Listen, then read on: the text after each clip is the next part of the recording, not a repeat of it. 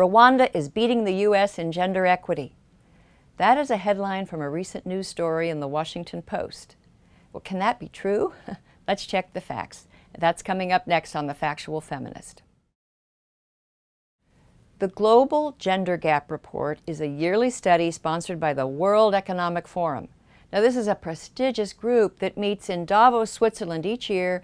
It attracts more than 2,500 of the world's leading figures in business and politics. People like Bill Gates and German Chancellor Angela Merkel, they show up. So do celebrities like Bono and Mick Jagger and Angelina Jolie. The purpose of the gathering is admirable, to brainstorm on ways to make the world a better place. And one way the forum hopes to improve the world is to highlight what they call role models of gender equity around the world. Well, since 2006, the forum has produced yearly reports ranking the world's nations on gender equality in key areas such as economic opportunity, political empowerment, health and education. Well, the just released 2015 findings are typical of earlier reports. Rwanda, the Philippines, Nicaragua, they somehow get higher rankings than the United States, Canada, Denmark. Well, journalists, with few exceptions, have been electrified by the gender gap study. Many have praised it for showing just how backwards we really are in the United States. Well, the Factual Feminist has some concerns about the soundness of the gender gap study. The researchers are well-intentioned, but their study shows a lack of common sense. Now, this is strictly a study of gaps between the sexes. If men and women in Nation X are equally illiterate, disenfranchised, and just as likely to die at an earlier age, that all but guarantees a high ranking. No gender gap, no problem. That isn't always true. Gaps favoring women, those are just fine. I mean, if women turn out to be better educated, more likely to vote, less vulnerable to violence, early death, those gaps can help a country in the rankings. Look at Russia. According to the Davos study, Russian women enjoy 11 more healthy years of life than men. Now, that's bad news for Russian men, but it's great for Russia's standing in the study's healthy life expectancy metric. A Davos report that honestly showed the burdens and benefits of men and women around the world, that would be far more useful than this quirky, one-sided study. Now, look at this 2004 chart from the World Health Organization. It shows that men throughout the world are at vastly higher risk of injury and violence. Gender gaps are complicated, but the World Economic Forum disguises that. It gives an oversimplified and distorted picture of what's really going on. There are other troubling features in this study. It doesn't distinguish between societies that are dictatorships and free, and it greatly rewards countries that use gender quotas in allocating political positions. And countries that combine dictators and gender quotas, Cuba, Rwanda, Burundi, they're almost guaranteed to be given role model status in the category of political empowerment. Well, again, this is misleading. Rwanda's 2003 constitution establishes gender quotas for its lower parliament, and women now occupy about 64% of the seats. But that same constitution gives the current president close to absolute power, including the right to dissolve the parliament.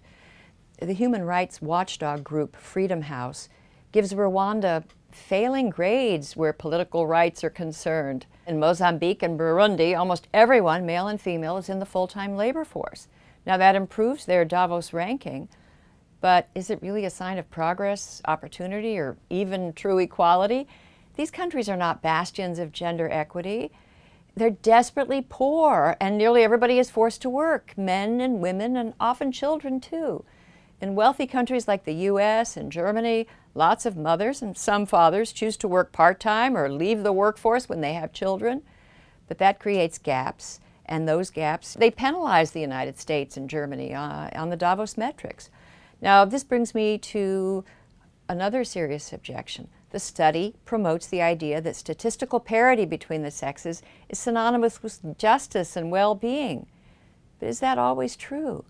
There's a serious body of psychological literature that suggests that as countries get richer and freer, the sexes become less alike. In an earlier Factual Feminist video, I described a study where researchers looked at gender and personality norms in 55 countries. Now, throughout the world, women tend to be more nurturing, risk-averse, and emotionally expressive, while men are more likely to be competitive, risk-taking, and stoical. But the researchers found the personality differences between men and women are the largest and most robust in the more prosperous and advanced industrial societies, like the US and Canada, France, Germany, and so on. How can that be? Well, the authors theorize that prosperity, equality, these bring greater opportunities for self-actualization. Men and women are empowered to be who they truly are. Now, this cross-cultural research, it's far from conclusive, but it's intriguing. And if you think about it, it explains quite a lot. I was recently looking at an Atlantic article about how women are faring in tech. And the author was surprised that Mexico and Turkey have far more women who are coders than those in progressive countries like Belgium and Switzerland. In those countries, women are more likely to go into health, education, humanities. Well, maybe that's because women in wealthy countries have the freedom and opportunity to be whatever they want to be. Well, I urge the World Economic Forum to consider this tantalizing possibility. Gender gaps are not necessarily indicators of injustice or discrimination. In countries like the United States and Norway, they may be evidence of freedom and happiness. My verdict: this report is misleading and confusing.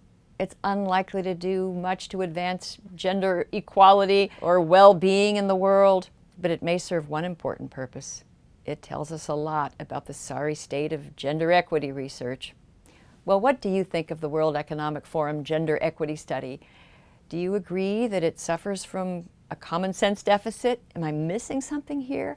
Let me know in the comments, and I hope you follow me on Facebook, Twitter, subscribe to the series, and thank you for watching The Factual Feminist.